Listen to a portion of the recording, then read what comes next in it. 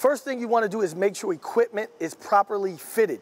Make sure that when a helmet is fitted, that we check it in all sides, that side to side, it's nice and snug, top to bottom, it's nice and snug. And I know there's some great manufacturers out there, but the best helmet is the one that fits. As far as shoulder pad fitting, we want to make sure that the shoulder pad covers from the tip of the humerus to the tip of the humerus, so that that's going to protect really all the hard parts and bony parts of a young person as they go in for a tackle. So as far as that equipment fitting, those are the things that are going to keep a young person safe once they get the equipment on. Now, once they have the equipment on, they're going to tackle people. The important things with tackling, number one, is to make sure the head is up. We are not making contact with the helmet. We are shoulder striking. So we're striking with the front of the shoulder. We want leverage, so same foot, same shoulder to strike a ball carrier. And again, we're gonna rip, right? Rip up through with the arms, almost like double uppercuts.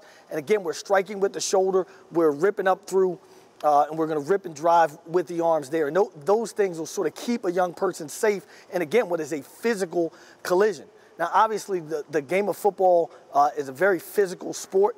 We've got to make sure we continue to be educated so that we recognize two things: the signs and symptoms of potential concussions. Obviously, the signs are things that we recognize, whether it's a coach, a parent, or medical personnel, and symptoms are the things that are given to us from a young person. Again, signs are things that we recognize as a coach, as a parent, as medical personnel, and symptoms are given to us from a young person. Maybe they don't feel good, or they're experiencing dizziness or headache. Those are things that we cannot ignore. We must pay attention to. It's also important as young people play this game that we make sure they're properly hydrated and that there is acclimatization as they go into the sport, so that they're in helmets, they're in shoulder pads, they're in full gear, so that their bodies are physically readied for the game. And especially at the beginning of the season, most parts of the country, even in some places that are not warmer climates all year long, in July and August, it's hotter.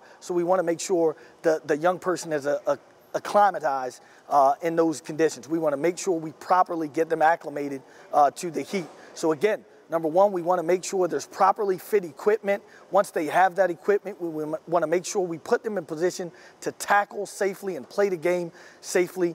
And we want to make sure their bodies are prepared for the heat that they're going to endure in the beginning of football season, so that the heat and hydration marriage is something that keeps our young people safe. Again, we want the game better. We want the game safer.